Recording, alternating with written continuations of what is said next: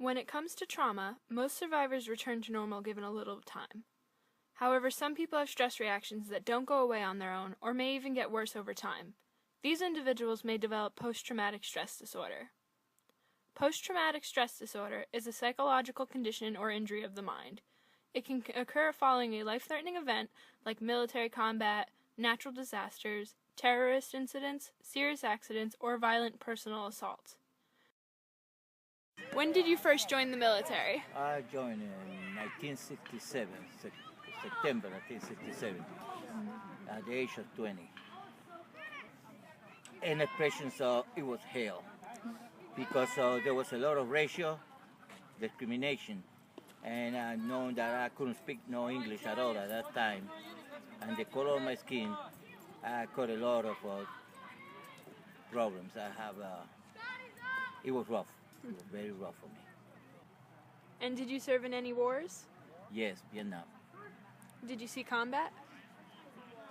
The whole Vietnam was a combat zone. And yes, we were in a fire support base where we would get attacked at least 4 or 5 times a week. Mm-hmm. And what was that like for you? Rough as hell. It was bad, especially when you lose close friends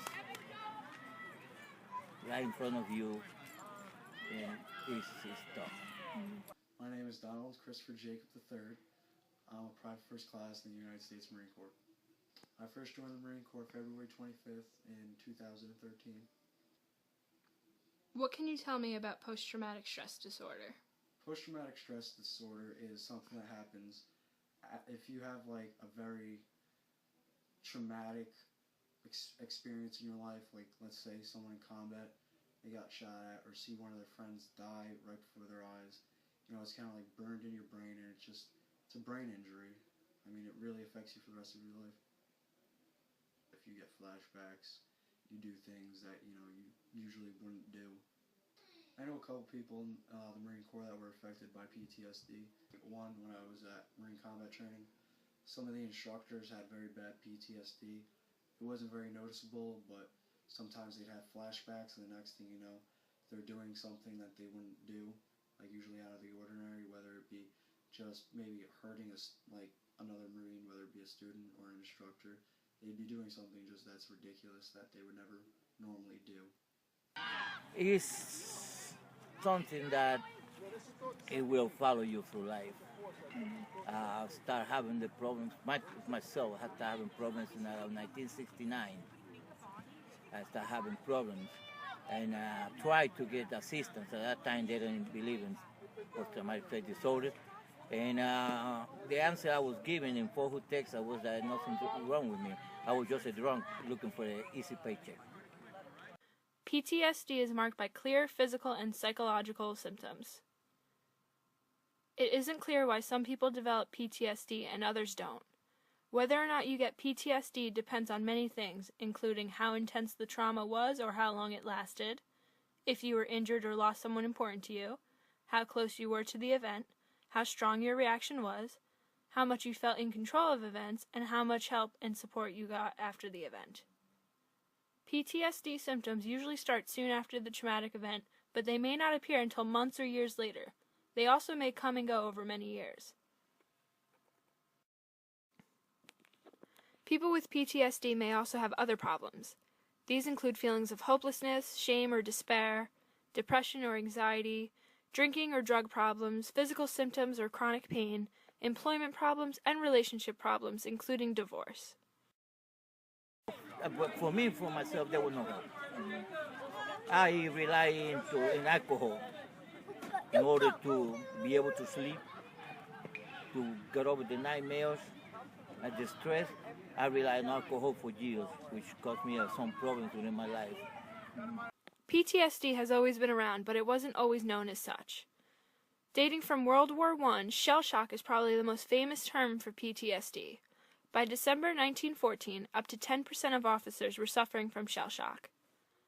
Combat exhaustion is what it started being called during World War II and the Korean War. People also called it combat fatigue. The Army studied the problem and decided that unit cohesion was a crucial factor in surviving this syndrome, and replacement soldiers were more prone to it because they were new to their units. It was frequently confused with cowardice or weakness. It was given the name stress response syndrome in the DSM-1 in 1952, and that's the condition that Vietnam War soldiers were diagnosed with. In the DSM-2, this syndrome was lumped in with some others in a new category called situational disorders. After the Vietnam War, countless veterans were diagnosed with stress response syndrome, but the VA declared that if the problem lasted more than 6 months after the soldiers returned home, then it obviously was a pre-existing condition and had nothing to do with their wartime service, and thus it was no longer covered. It wasn't until DSM-3 in 1980 that the clinical guidelines started to acknowledge that these problems could be chronic. This change came in the wake of researchers working with a large number of Vietnam veterans. The National Center for PTSD was created in 1989 within the Department of Veterans Affairs in response to a congressional mandate to address the needs of veterans and other trauma survivors with PTSD. The mission of the National Center for PTSD is to advance the clinical care and social welfare of America's veterans and others who have experienced trauma.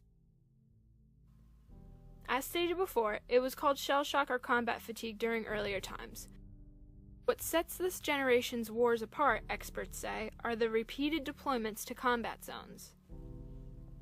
A 2010 study published in the American Journal for Public Health concluded U.S. service members who had multiple deployments to combat zones were 3 times more likely to suffer from PTSD. In Operation Iraqi Freedom and Operation Enduring Freedom, studies have shown for every U.S. soldier killed, 7 are wounded. Combined, over 48,000 servicemen and women have been physically injured in the recent military conflicts. In addition to the physical wounds, it is estimated as many as 400,000 service members live with the invisible wounds of war, including combat-related stress, major depression, and post-traumatic stress disorder. Another 320,000 are believed to have experienced a traumatic brain injury while on deployment. Starting in 2010, Congress named June 27th PTSD Awareness Day. As the years pass and people become more aware of PTSD, new programs are open to help service members. Wounded Warrior Project serves veterans and service members who incurred a physical or mental injury, illness, or wound coincident to their military service on or after September 11, 2001, and their families. Their mission is to honor and empower wounded warriors and to foster the most successful, well-adjusted generation of wounded service members in our nation's history. Through interactive programs, outdoor rehabilitative retreats, peer support, and professional services, warriors are given the tools to maintain healthy, meaningful relationships with family and friends and pursue life goals without the barriers or stigmas associated with mental health issues. On June 20th, 2013, Time magazine provided an article called Can Service Save Us? This article showed that by helping returning troops regain their sense of purpose, veterans groups are proving that public service is therapeutic. This article talked about a group called The Mission Continues. This is a nonprofit organization that serves as framework for United States military veterans to perform community service work toward issues ranging from disaster preparedness to education for low-income youth to training of service dogs for wounded veterans. Founded in 2007 by Rhodes Scholar and former Navy SEAL Eric Grayens, The Mission Continues offers veterans 6-month community service fellowships to assist them in finding the same purpose they found in the military while they return to civilian life. As of 2013, The Mission Continues has awarded fellowships to over 700 veterans. Many efforts have been made to help veterans with these issues. It is important to continue education on PTSD to be able to better serve not only veterans but also civilians who suffer the same problems. Feeling my way through the darkness, guided by a beating heart. I can't tell where the journey will end, but I know where it starts. They tell me I'm too young to understand. They say I'm caught up in a dream. Well, life will pass me by if I don't open up my eyes, and that's fine by me. So wake me up when it's all over, when I'm wiser and I'm older.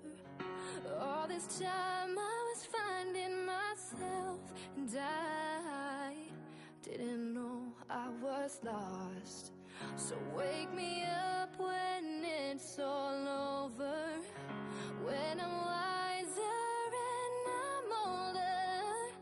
All this time I was finding myself, and I didn't know I was lost. I tried